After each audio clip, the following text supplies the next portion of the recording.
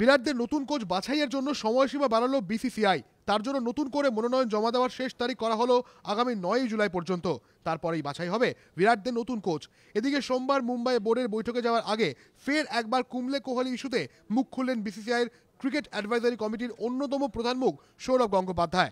Dressing রুমের অংশ ছিলাম না, তাই কি হয়েছে জানি না, মন্তব্য সৌরভের। They are senior people. Both of them have played enough cricket. It's between them, whatever, I don't know, because I am not a part of the dressing room. All I know is that he doesn't want to continue, and we'll have to see what's the future in terms of the coaches. As I said, it's Anil's decision.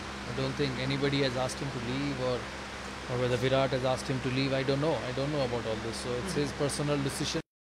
ইতিমধ্যেই coach হিসেবে উঠে আসছে রবি শাস্ত্রীর নামও, তবে এখনও তিনি প্রার্থী হিসেবে নিজের বায়োডাটা জমা করেননি। মনোনয়ন জমা না দিলে কি নতুন কোচের লড়াই তিনি থাকবেন, মন্তব্য করেনি সৌরভ। রক্তিম ঘোষ, এবিপি আনন্দ, কলকাতা।